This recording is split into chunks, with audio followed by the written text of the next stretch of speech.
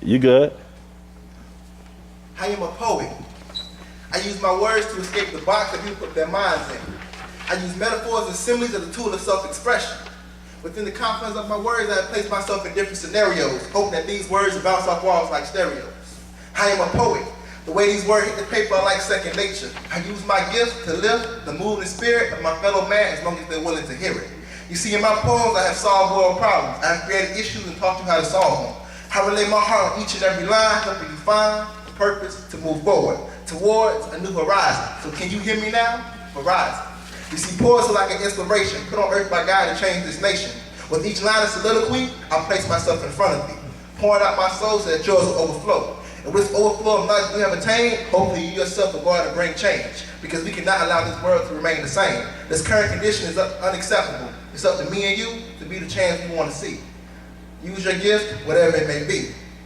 I'm Jonathan Delavo, the Prodigy.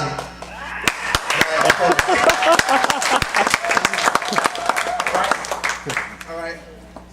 I got a couple pieces, and lately I've been able to write like stories about life and stuff.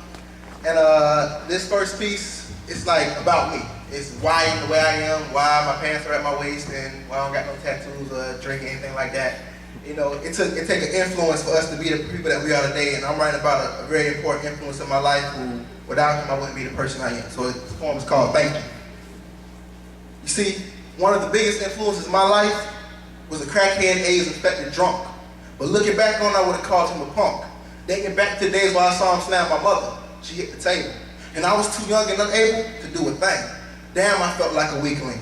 But nothing brought me more joy than when my father came home. He was furious. He whooped my uncle's ass. Oh yeah, I speak about my uncle, my father's brother. The man had the audacity to lay his hands on my mother. Now that's something, but shit get worse. So excuse my language, but I may curse. But on real nights he would come home drinking, sit at the table, no one knew what he was thinking. And when he would finally open his mouth, these are the words that would come out. You are my brother's children, and you never be nothing more than that. Saying that over and over again like mama had nothing to do with making us. Always in the house trying to start a fuss. And as the years went on and we got older, it's like this bastard was getting bolder. You see, he'll walk around the house, spit on the floor, knowing he had AIDS, so we couldn't take our shoes off in the house anymore. I know that's something, but I'm not quite done. You see, the story gets a little bit more fun. You see, we're dealing with a crackhead, you know he's a thief. So we had to lock up everything, because he would steal while we sleep. I mean, everything, even the sheets. It had gotten to a point where we had to hide food in the freezer in my mom's closet. So if we wanted milk in the morning, we'd have to wake up early to defrost it. So for a minute, we couldn't even buy eggs, because they would freeze and be hard like ice pegs. But even that didn't stop the fool. You see, we kids were trying to break into my mom's room after school with a knife, with a low life, stealing food from children, his own nieces and nephews, making me want to say, fuck you, but couldn't, because my family would always say that's your uncle. But the same ones who said love him were not there to let him live with them. But as kids, we learned early to forgive. But even we knew this was the way to live. We knew something wasn't right, because at night, he'd give us a few dollars to go to the store, but in the morning, he'd always take it back and promise us more. You see, we came to the realization that he used us to hold on the money because he was spending with no hesitation on drugs and whores. And as kids, we would hear having sex in the room next door. My parents would always say, Gary, stop bringing those hoes in the house. But he didn't care because my daddy was always out. You see, my daddy worked 3 jobs. So this is about the time my older brother stepped up. See, my older brother was cool and got to the point he didn't give a fuck. So one night, when my uncle was doing that usual talking, my brother got up and said, thank God I got my daddy in my life, because you're supposed to be a role model when kids I go to school with sell drugs to you. My uncle stood up too. He said, boy, I'm your uncle. My brother pushed him from the dining room to the living room right here with the boom when he finally hit the floor. And later on that week, Mom, she had us cleaning the house. She had me outside cleaning the deep freezer, getting it ready. All I heard was a clap at the back of the freezer door, and there was my uncle standing there with a machete. My heart dropped that day. And after the whole thing went down, yeah, the police came and got him and took him away, but that was only for a while. By that time, my brother had went off to college, I had gotten a little bigger, and my uncle came back on that bullshit, saying things like, your brother got away. But I always walked it off because I didn't care what he had to say. Then that fateful day came when he went too far. All the anger inside built up, and that was the final straw. The only thing I can remember hearing was barking and yelling. I went to the backyard to see my little brother with a dog with his back against the wall and a dog in his hands. And the only thing going through my mind is I'm about to hurt this man. You see, my uncle was trying to kill a dog, all because it didn't like him. And there's my little brother trying to protect it and me getting ready to fight him, because he had a screwdriver and a knife. And if you so much laid the hand on my brother to get to that dog, he was surely gonna lose his life. The only thing I remember yelling was, Nate, leave the fucking dog. He did, my uncle left and I went in the front yard. To forget about it, cool off for the whole thing. Would you believe he came back with a chain, slammed on the ground saying things like, oh, you think you a man? But good thing my mama telling me, John, leave it alone. I called the police. Thank God she did that, because I'm going to whoop his ass and catch a felony. So yeah, they came, got him and took him away. And thank God he's not allowed back to this house till this day. But in the end, I just want to say, thank you, Uncle, for showing me what not to be.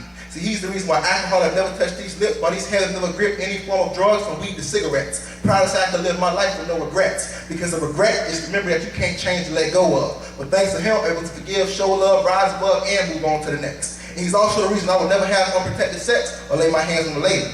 So to my uncle, I want to say thank you, because you're a part of what made me.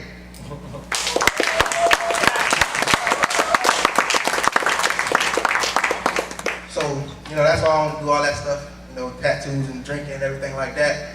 But that's just a couple lessons. And as I got older, and especially getting to college and meeting people like Dr. Turner and Kismet and having different conversations, I remember this one conversation I had with one of my friend's mother. And I was telling her about some of the stuff I was going through, and she was like, as parents, especially raising a young black man, we try to hide or get you not to see what society has for you. But you get to that age where you understand what it means to be a young black man and trying to find manhood. So this poem is about that, being a young black man in America. There's a couple young black men in here who probably can relate to what I'm going through, or even understand. If you can't relate, you can at least understand. When you look at me, what do you see? I mean, honestly, what do you see? Because I know you don't see me. You don't see the struggle, you just see the smile. You don't see the racism, nor do you see the profile that society puts me and those who like me in. So let me break it down and speak for other young black men.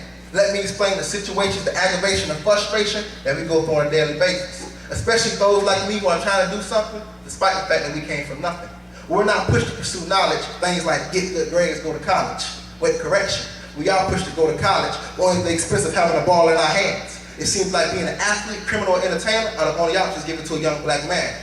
Good enough to be your lead scorer, run 10 miles without water, but somehow not good enough to date your daughter.